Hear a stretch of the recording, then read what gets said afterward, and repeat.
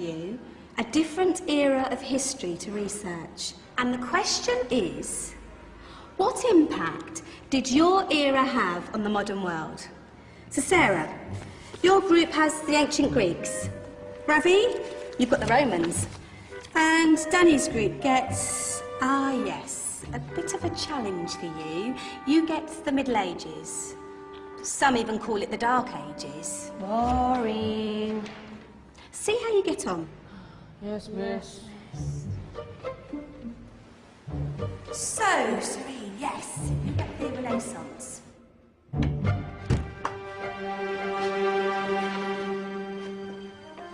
Is that the librarian?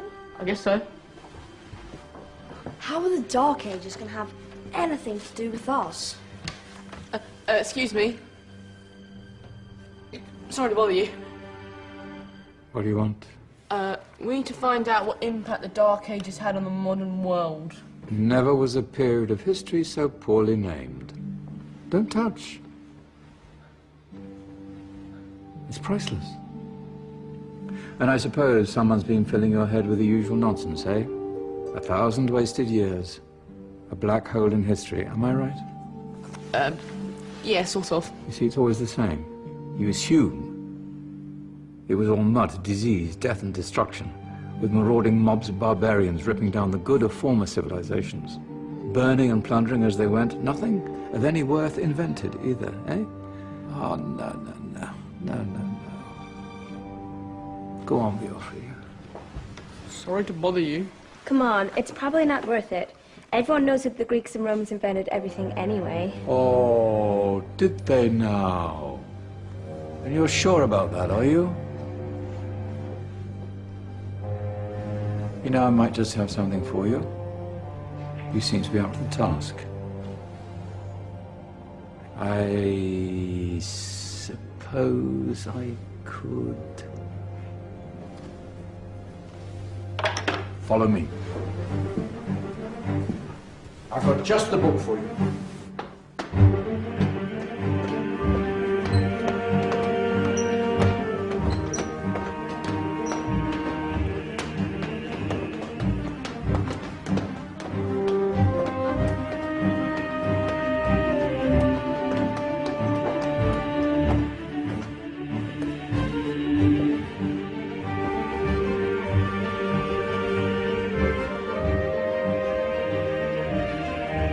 Where are we going? I don't know. Ask him.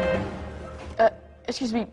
Where are we going? From darkness into light, my young friend. From ocean onto land, there are things you should know.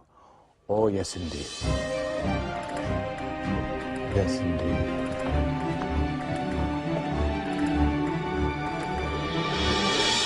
Now, I know I left it around here somewhere.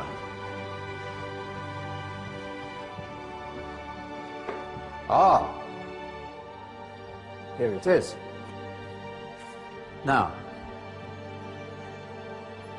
take a look. If you dare.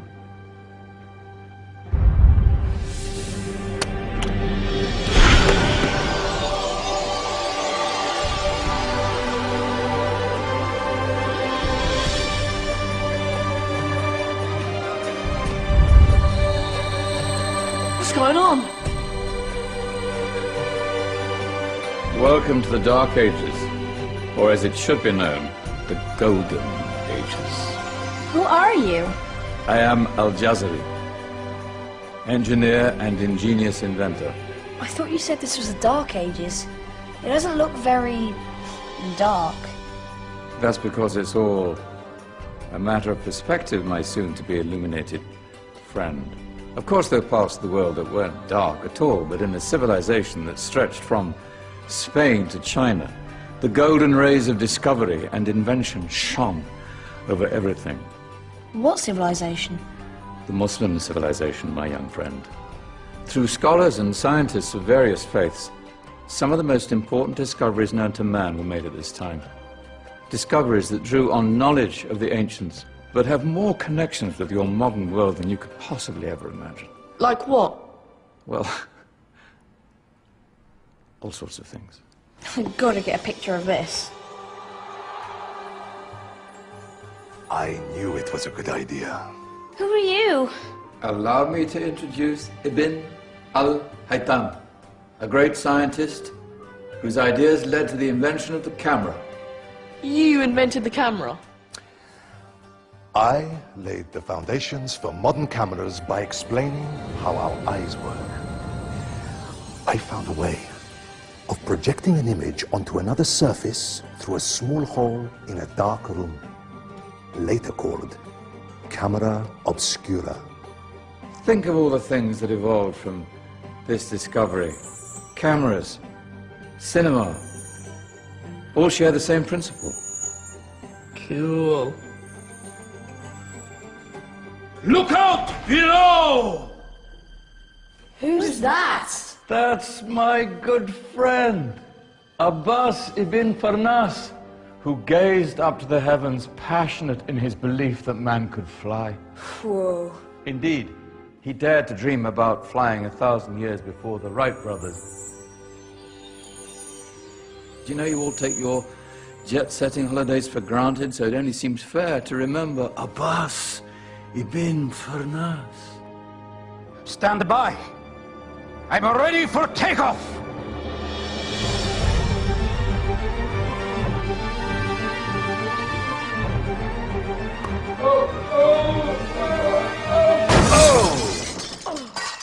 You did forget one thing, though. A tail, useful for landing. Ah, my back. Is there a doctor in the house?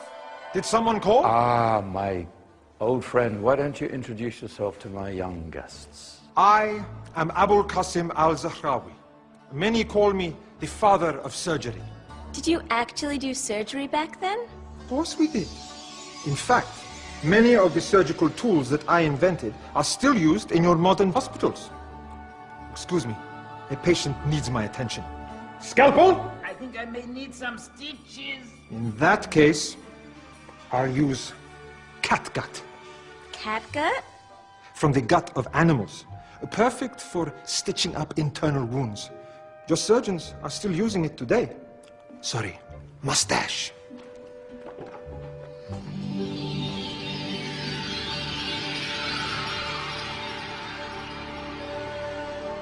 Who's she?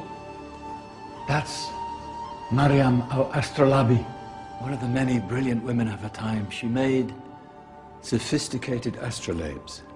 Astro what? Astrolabes. They show the sky and the stars on a small flat plate you can hold in your hand.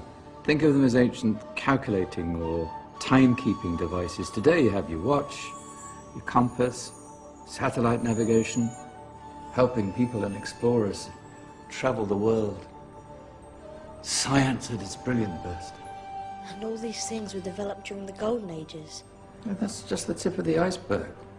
There were thousands of other inventions covering all areas of life, and in the years that followed, their influence spread across the whole of medieval Europe. So you see, it wasn't so dark after all. What about you? Me? What did you invent? Well, I don't want to be big-headed, but I made some groundbreaking advances in engineering. I suppose my most significant discovery converted rotary motion into linear motion using a crank and connecting rod. It's essential in pumps and engines. In fact, I've no idea how the Industrial Revolution could have happened hundreds of years later without such a device. Not that I ever get the credit I deserve. But my crowning glory was my amazing time-telling machine, my legendary elephant clock.